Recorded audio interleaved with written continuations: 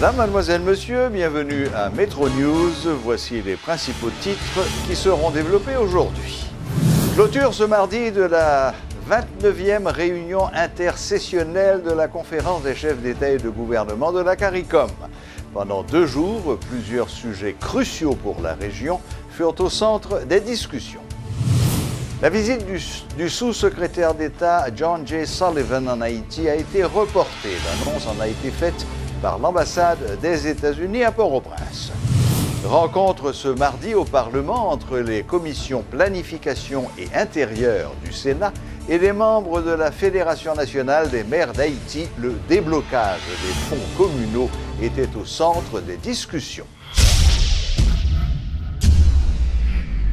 Metro News vous est apporté par Haytrack, l'esprit bâtisseur, et Inoto SA, concessionnaire des véhicules Toyota. L'huile mobile, c'est qualité et performance qui fait partie de toute activité que nous entreprenons chaque jour dans la vie. Dans le développement de la société, quel que soit le domaine où vous évoluez, l'huile mobile toujours garantit bon fonctionnement moteur, tout appareil, à toute machine. L'IPAB jamais la guerre en route. Et ses partenaires à 100%. L'huile mobile pour moteur, dirait plus longtemps. Chaque continent, chaque pays, chaque route est différente. Derrière chaque virage, une nouvelle aventure vous attend. Toutes les routes nécessitent une attention particulière. C'est pourquoi, achetez votre Toyota chez un distributeur officiel. Vous obtenez un véhicule fabriqué spécifiquement pour votre pays, un service après-vente spécialisé and genuine spare parts that will make your investment and vehicle perform to the maximum.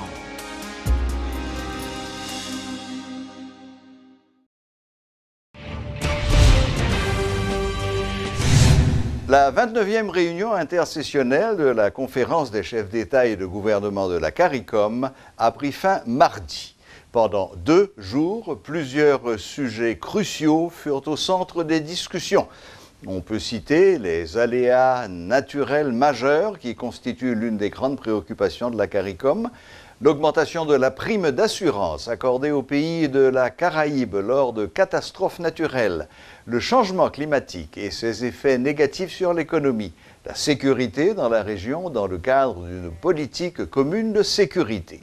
D'autres thèmes ont également été abordés lors de ces échanges, notamment le CARICOM Single Market Economy, qui devra permettre la circulation des biens, des services et des personnes des différents pays de la région. La circulation entre les citoyens des pays de la Caraïbe qui plaident pour plus de connexions et la création de lignes aériennes et maritimes. Le gouvernement haïtien condamne fermement les déclarations faites par la représentante de la Minujuste qui a salué la nomination de juge d'instruction dans le cadre du dossier Petro-Caribé.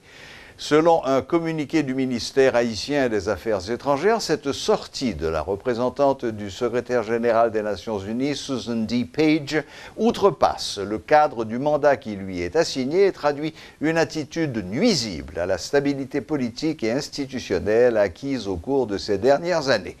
Le ministère semble d'autant plus offusqué par la déclaration de Mme Page qu'elle est survenue dans un contexte où Haïti projette une très belle image vers l'extérieur. Enfin, le ministère des Affaires étrangères s'est dit, je cite, « consterné qu'en pleine session de la conférence des chefs d'État et de gouvernement de la CARICOM qui se déroule en Haïti, le jour même de la signature d'un programme avec le FMI, cette déclaration vienne polluer une atmosphère sereine, indispensable à l'investissement et au développement économique et social, condition essentielle de la stabilité et de la paix. » Fin de citation.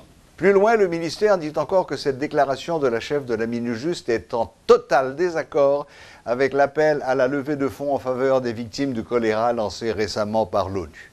Enfin, le ministère a décidé de rappeler pour consultation son ambassadeur à l'ONU, Maître Denis Régis. L'ambassade des États-Unis à Port-au-Prince a annoncé le report de la visite du sous-secrétaire d'État John J. Sullivan. Au cours de son séjour, M. Sullivan était censé s'entretenir avec le président haïtien Jovenel Moïse et les dirigeants caribéens présents à la 29e réunion intersession de la CARICOM. Les États-Unis et les Caraïbes sont préoccupés par plusieurs thèmes, dont la diversification énergétique, la sécurité régionale et le développement économique. Les États-Unis sont un partenaire durable des Caraïbes, comme le souligne la stratégie Caraïbes 2020 qui renforce la sécurité, la diplomatie, la prospérité, l'énergie, l'éducation et la santé dans la région, précise un communiqué de la représentation diplomatique américaine.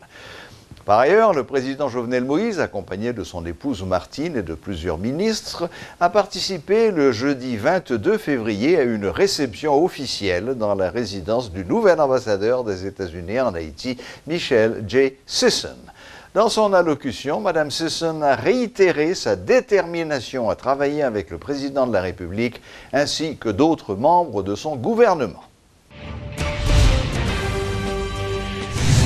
Haïti doit se mettre au travail pour profiter au maximum de son intégration à la zone caribéenne, selon l'analyse du professeur Fernando Estimé. Le professeur en relations internationales rappelle que le pays est un géant démographique par rapport à ses voisins de la région et que ses espaces agricoles disponibles pourraient ravitailler les autres îles dont l'activité économique se concentre sur le tourisme et les services bancaires. Au bon niveau, tu n'as pas de pour un club là. Non, maintenant, on la donne pour profiter ou travaille pour profiter de toute structure qui gagne, ce que nous-mêmes nous pouvons faire. Je dis, ça entrer dans la parole économie pour nous profiter de ça, CSME. Parce que Haïti a un potentiel pour leader. Tu as parlé de population de taille, alors on a quelques chiffres.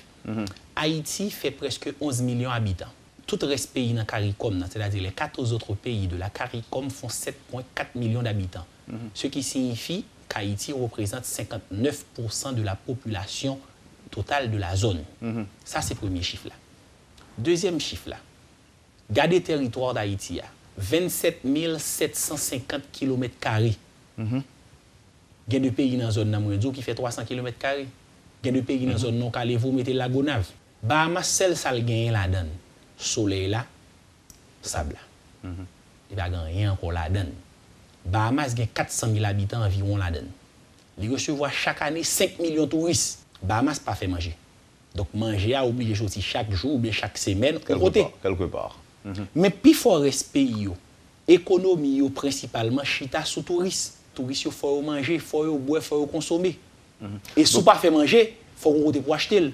Ou imaginons ici en Haïti nous avons décidé pour intégrer nous totalement dans le CSME. Nous même dans la zone si nous produit nous décidons de faire pays sérieux pour nous produire pour tout le monde. Parce que les gens qui ne pas produit, les mettent dans l'équipe là. Quand on a l'équipe là, et bon, tout fait ça ou pas faire. Les fonds communaux seront bientôt débloqués en faveur des mairies. C'est en ce sens qu'une rencontre s'est déroulée ce mardi au Parlement entre les commissions planification et intérieure du Sénat et des membres de la Fédération nationale des maires d'Haïti. Par cette réunion, les sénateurs voulaient s'enquérir sur la nature de la mésentente entre les mairies et le ministre de la Planification autour du déblocage de ces fonds. Les représentants des conseils municipaux participant à ces discussions ont insisté sur l'urgente nécessité de doter les collectivités de moyens nécessaires et de faire de la décentralisation une réalité. Pour trouver une entente entre les autorités gouvernementales et communales et faciliter le décaissement de ces fonds, les commissions sénatoriales se proposent de rencontrer d'autres personnalités concernées, parmi lesquelles le ministre Aviole Fleuran. Suivez ce reportage de Luxon Saint-Ville et d'Elsie Dieulassin. Depuis 4 ans, ces fonds destinés au développement des collectivités territoriales n'ont pas été décaissés en faveur des mairies. Une situation inacceptable, estime le président de la Fédération nationale des maires d'Haïti qui participait à ces discussions.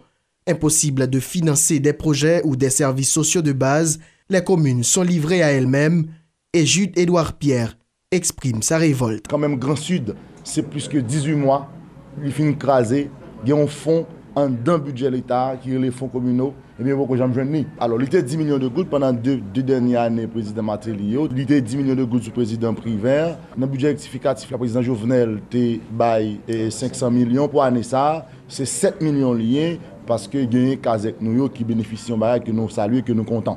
Il s'agissait d'une invitation lancée par les commissions sénatoriales aux différents conseils municipaux du pays, regroupés autour de la FENAM. Qu'est-ce qui retarde le décaissement de ces fonds?